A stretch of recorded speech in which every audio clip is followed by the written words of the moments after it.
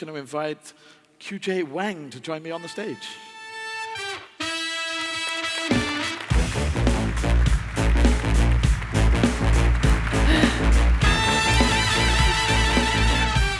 So we're not sitting. We can sit if you prefer. Anyway, too far. No, it's too far. Welcome. Thank you.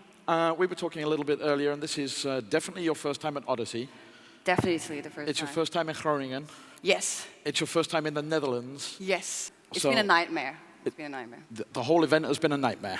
Yeah, I'm still digesting. There's just so much to absorb, so many amazing things, right? So you have, it's difficult to list like 1, 2, 3 if you ask me what are the most impressive things, what I'll be able to take away apart from this hoodie that has my name. That was the question. Yeah, it was my next question. No, I'm kidding. So just for the benefit of the audience, you actually flew all the way in from Australia to be here? China. Oh, sorry, from China, but you're based in Australia, right? I'm based in, probably mixed a little bit, but... Right. I need to rewrite my notes, apparently. So you flew halfway around the world. That's safer. to come to a hackathon, and we talked earlier, you've done plenty of hackathons before. You're in the tech scene.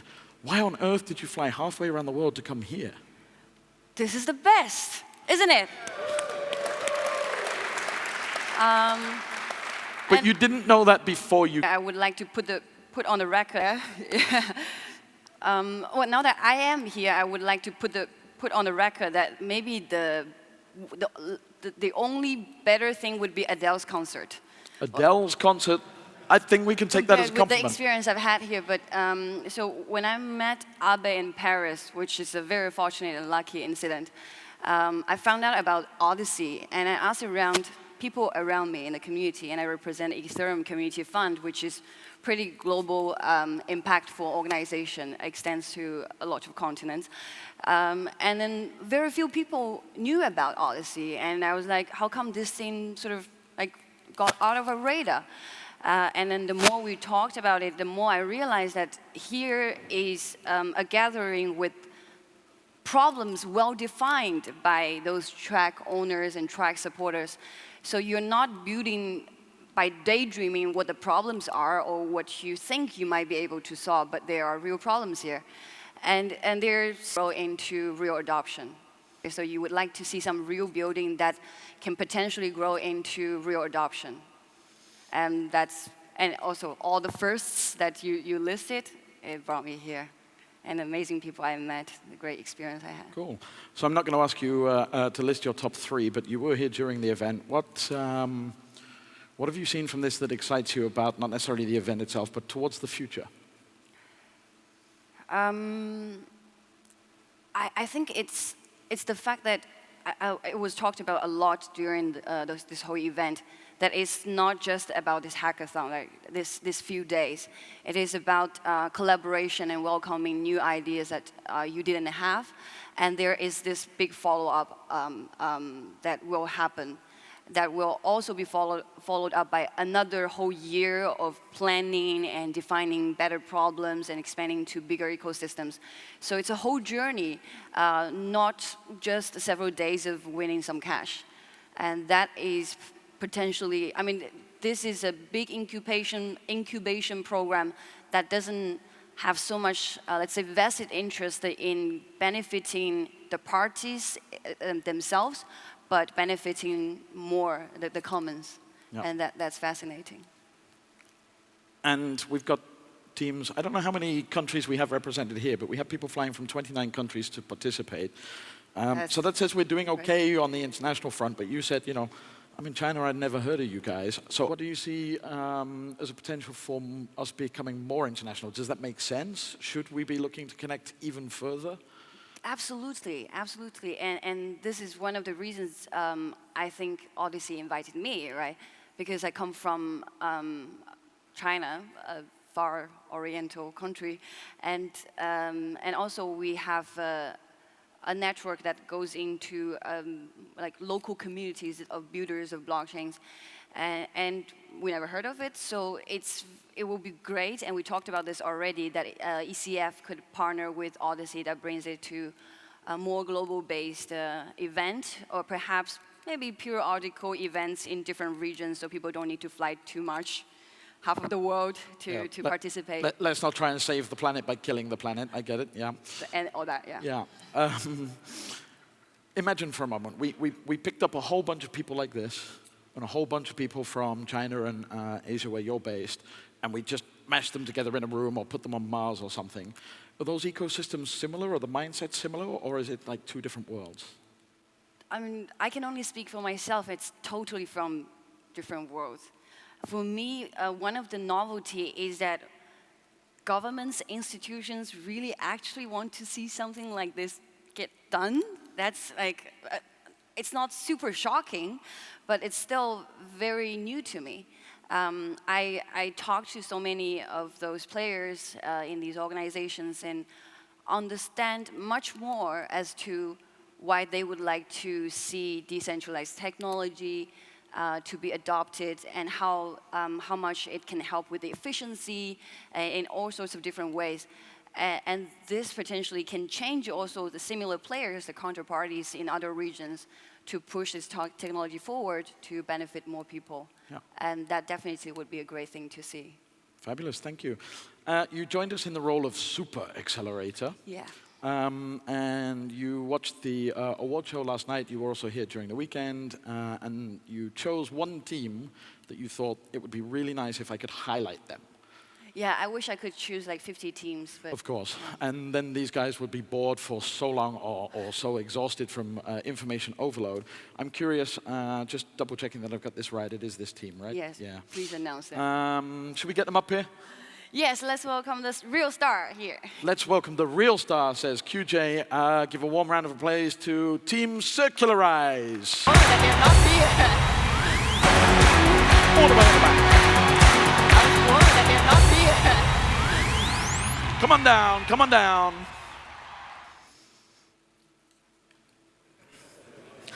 Much calmer than me myself. Yeah, they've abandoned you. Just you. No, it's okay. No, the whole team can join. Come on, this is your moment, yeah. Please.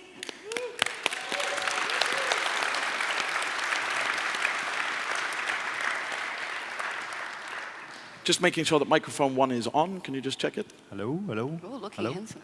It's coming. Microphone 1, please. Yes, there we go. I'm actually going to get out of the way. QJ, a couple of minutes. Why, for the audience, why did you want to highlight this team in particular?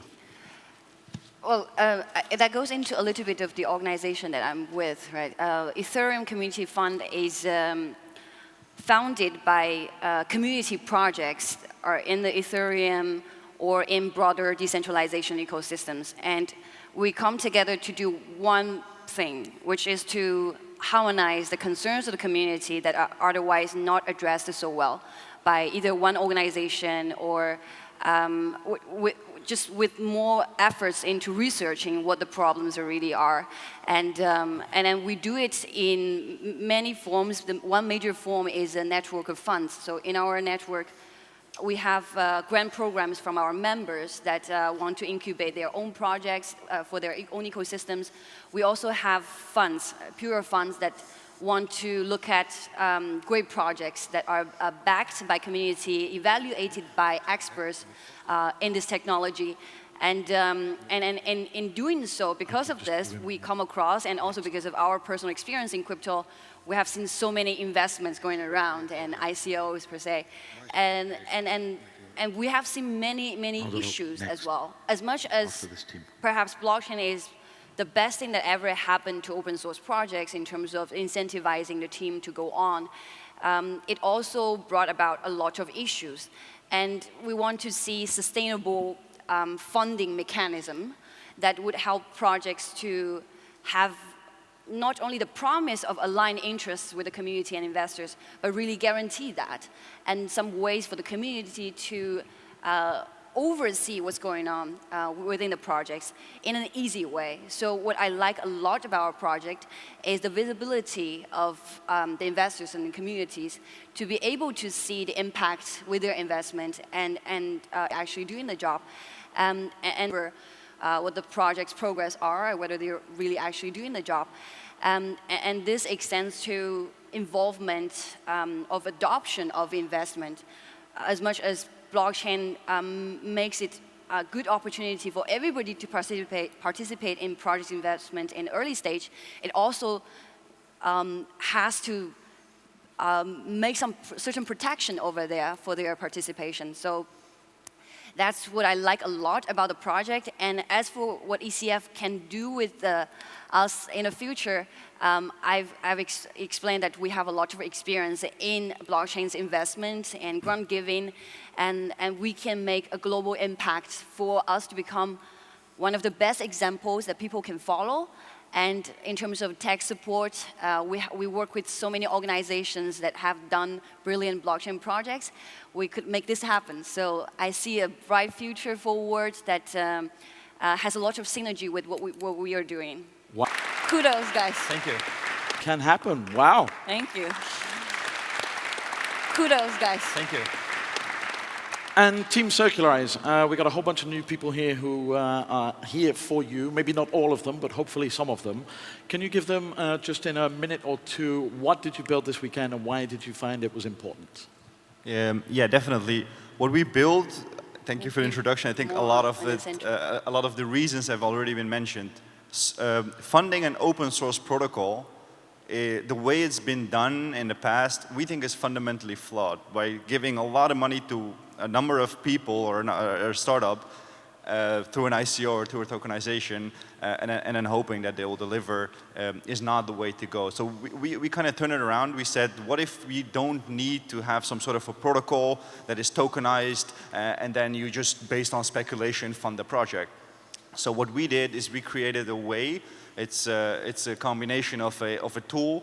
I know it's horrible, you cannot see it, but we put it online. It's on digitalcommons.io, so you can go and look at the tool, play around with it. So on digitalcommons.io, this is the tool that will show an investor what will happen if they invest in a specific protocol that is backed by our way of governing it and by our way of ensuring that this protocol will have some sort of a return. Because previously it's the tokens, but what if you get rid of that? How do you ensure, as an investor, that if you invest in the common good, in an open protocol, that you'll get your money back, and when will you get your returns? So that's what will be visualized here. And then we set the rules basically in a smart contract where the protocol is put online on a GitHub under a HGPS license. So it's open and everybody can use it. However, if you want to use the protocol and just do it on your own way, you have to make everything that you do completely open source as well. In the other way, if you want to do some commercial stuff on it, we provide a really nice SDK that allows you to use the protocol. You can double check it as the exact same thing, but that SDK always requires a small amount of fees that go back to the investors until the investors have earned their money back. So this way, you don't need the tokens, and you can still fund open source projects and ensure that there is a return in a more fair way that is less based on speculation. Fabulous. What a great introduction. I don't think I need to say anything more. Very shortly, and of course the word money is not allowed here, what's the one thing you're hoping to find today that would take you? Some time, but we think, well, obviously we've been working on this for some time, but we think there are a lot of things that we still need to learn. Within the hackathon, we learned a lot of things from great Jedis, and we think we can keep doing that because this is a good start, but it's by far not ready. And there are still a lot of details, so ideally we want to talk with all the stakeholders, the investors, like you guys who have also a lot of experience in this field, and learn from those things to make the details happen, to set the contracts, and to make sure that everything runs in a way that we imagine. Fabulous. Thank you very much. Ladies and gentlemen, give it up for both the team and QJ Wang. Thank you. Thank you.